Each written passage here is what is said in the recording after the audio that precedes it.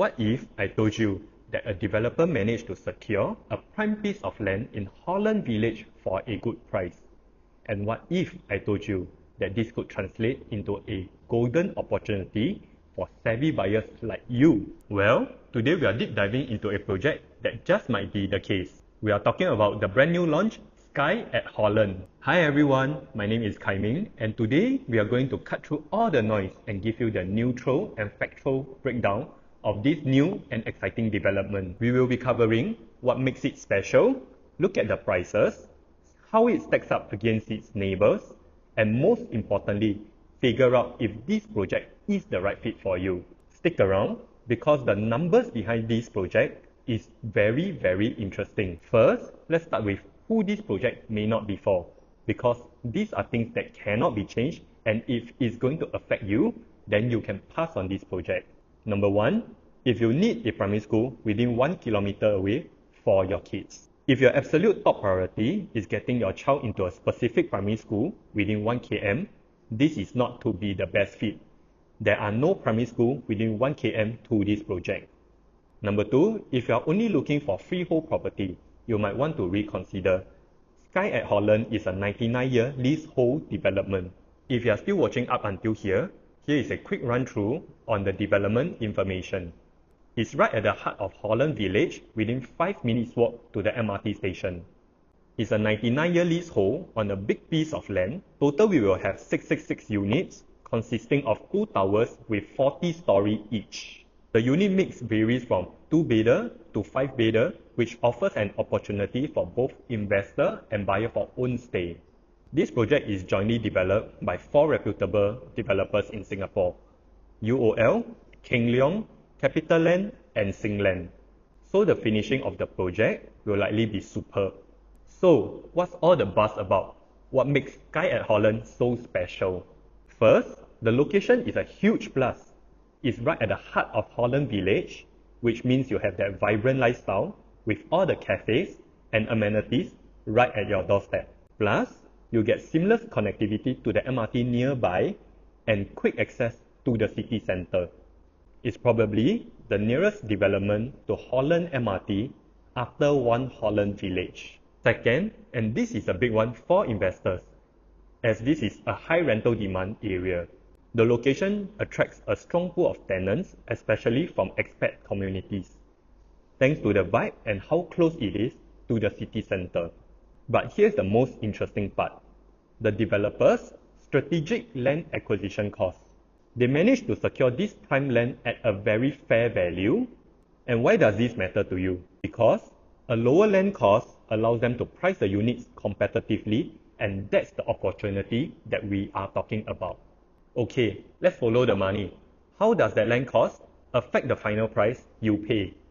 The developer bought the land for about 1,285 per square foot per plot ratio. After factoring in all the development and building costs, the estimated break-even price is around 2,200 per square foot. Now, the developers are in it to make a profit, right? If they aim for a 20% profit margin, they will need to sell at an average price of about 2,643 per square foot. If they push for a higher 30% margin, that selling price will increase closer to 2,864 per square foot. So, what does that mean for the actual price tag? For the 2-bedroom, 581 square feet unit, I will estimate that it will be launching between $1.62 million to about $1.9 million. For the 2+ study, likely it will start from about $2 million to $2.3 million. For the 3-bedder, I will estimate that it will start around $2.47 million to about $3.4 million for the higher floor units. Now, going into the 4-bedder, 1238 square feet type, developers may start the price from about $3.34 million, and the bigger 4-bedder may start around $3.8 million range.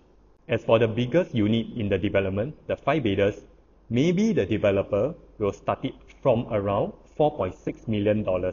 And just a quick reminder, all these prices are just my personal estimates, and it doesn't come from the developer or any agencies. These are purely my personal gauge, and it may stray very, very far from the official launch price. So, to continue, are these prices actually good? The only way to find out is to compare it to the nearby properties in the same area. Let's take a look at a nearby resale project that's also a 99-year leasehold, One Holland Village. There is one sub-sale transaction for about 3,781 per square foot. This may be a super outlier. The buyer likely bought it with full cash, not needing a bank valuation. But do note, this is just my guess. There are a few other resale projects that we can take into comparison, example like Hill on Holland and Leiden Green. But these are not fair comparison as they are freehold projects and they are significantly further from the MRT station, which plays a huge part on why Skye at Holland is special. And if we look at some recent new launches, we see prices like Upper House going for around 3,299 per square foot on average. Do note, they are in the same district, but one is in Orchard Boulevard, which likely command a higher premium. The other two new projects, which is nearer, may be Nava Grove and Linden Woods. These two projects are transacting around 2,460 to 2,470 average range per square foot. But we also need to note that they are projects of a totally different locale. Now, for the most important question, who is this project really for? It's designed for a few groups of people. First are the investors.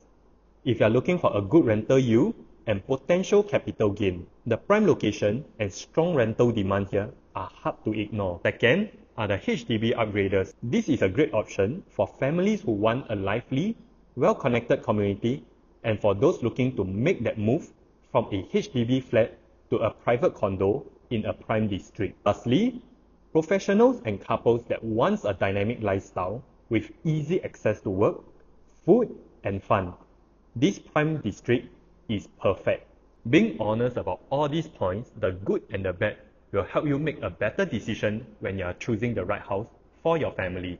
So, we've covered the special features, the price strategy based on the developer's smart land acquisition cost, how it compares to its neighbours, and who is it the best suited for. We can see from the price matrix that the potential price range is quite wide, from about 2,600 per square foot to 3,200 per square foot. This is due to the two tall blocks, which offers a different entry price based on personal need.